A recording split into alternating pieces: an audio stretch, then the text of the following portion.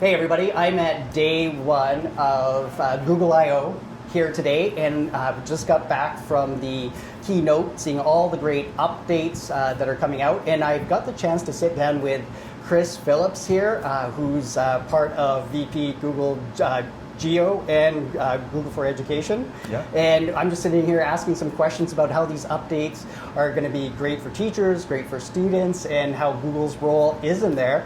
But first, right before we get in, I checked out how you got here, and I'll just ask, you went from, I don't know the order, but from Pandora to Amazon to SiriusXM, and now you're here. How did you get here, and how is that jump from Geo to education? Yeah, I've been really fortunate to be a builder and building products that are solving really important problems and getting them out to as many people as possible.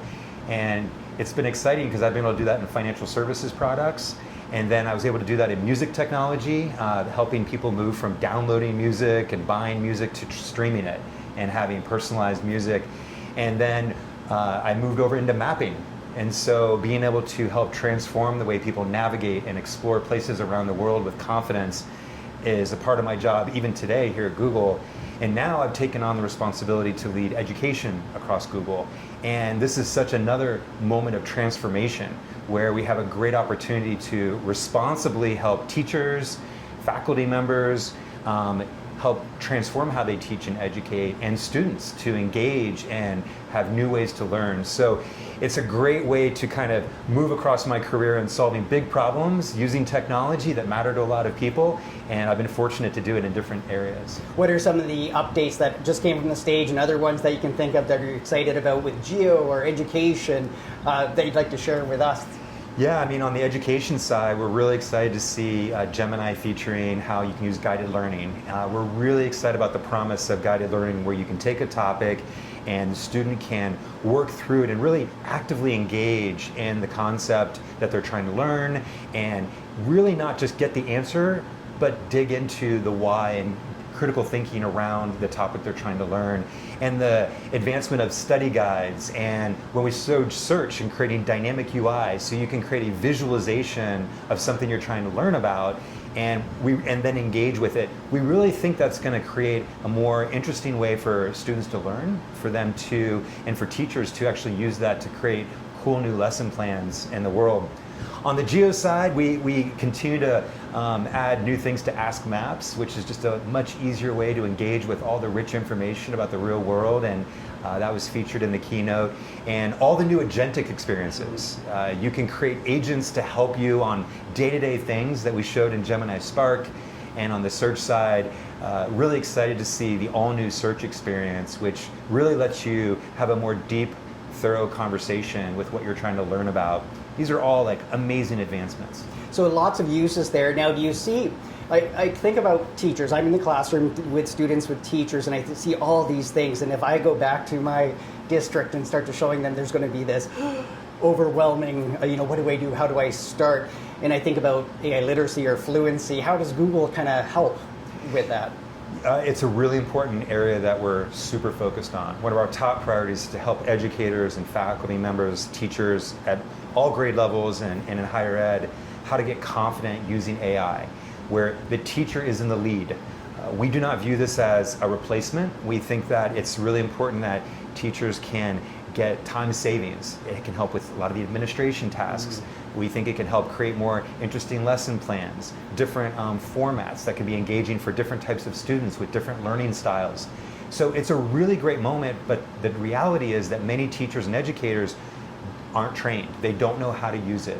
And so we feel a really big responsibility, and we're rolling out the Google Educator Series to help teachers learn how to gain confidence using these tools. And they're in really small, simple modules so that it's not a big, long training session, because teachers don't have a lot of free time, as you know. And so the whole idea is to kind of have progressive learning to help teachers kind of own the moment, be in the lead, and really bring it to life for their students. Another product that kind of caught my attention are the glasses out there. How do you see those smart glasses and everything working into education or Geo? Or Yeah, the glasses are amazing. So whether you're walking down the street and you can have navigation updating you on turn left when you're walking, or you can imagine having a conversation with someone in a different language and it's translating that for you. I think those are amazing opportunities. And so with language understanding, which is so fundamental to learning, the eyeglasses give you just another way to kind of communicate and to share ideas and learn about things. You can tap on the glasses and learn what kind of plant this is and learn all about it and where does it grow.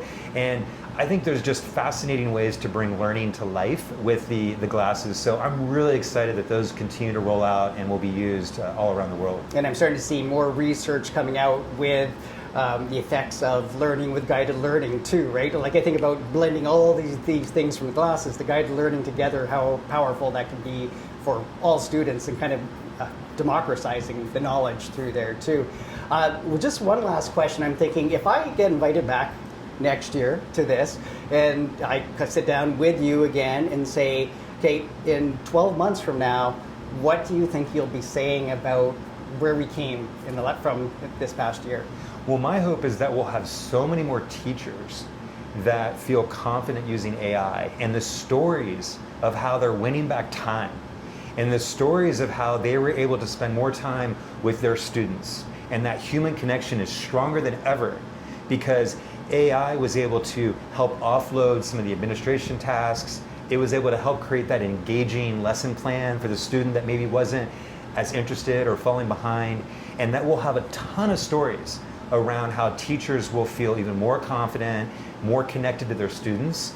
And those are the stories that I'm really excited that we'll be having so many that we will be able to fill up all kinds of time. Yeah, I'm excited about that more time opportunity when teachers, if they can take that time they gain and then be able to spend it one-on-one with the teachers. I think sometimes teachers, with this all the hype with the AI thinking it's replacing jobs, but I can't ever see that happening in the teacher world. That relationship is just so important. Yeah, we agree. We think could be a huge opportunity for teachers, but we definitely need to help teachers get comfortable with the technology, realize that they're in the lead on how to use it in the classroom.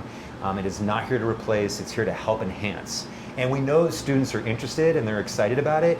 And when students see a teacher that's confident with use of AI, we see lots of success stories. So I think a year from now, those are the kinds of things we want to be talking about. I think that's such an important point when they see the teacher using it, because I think so many people are just afraid about kids cheating with it, but if the teacher shows them using it, it changes the atmosphere in the classroom and work together with it.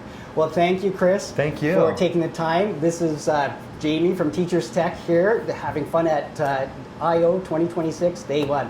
See you in the next video.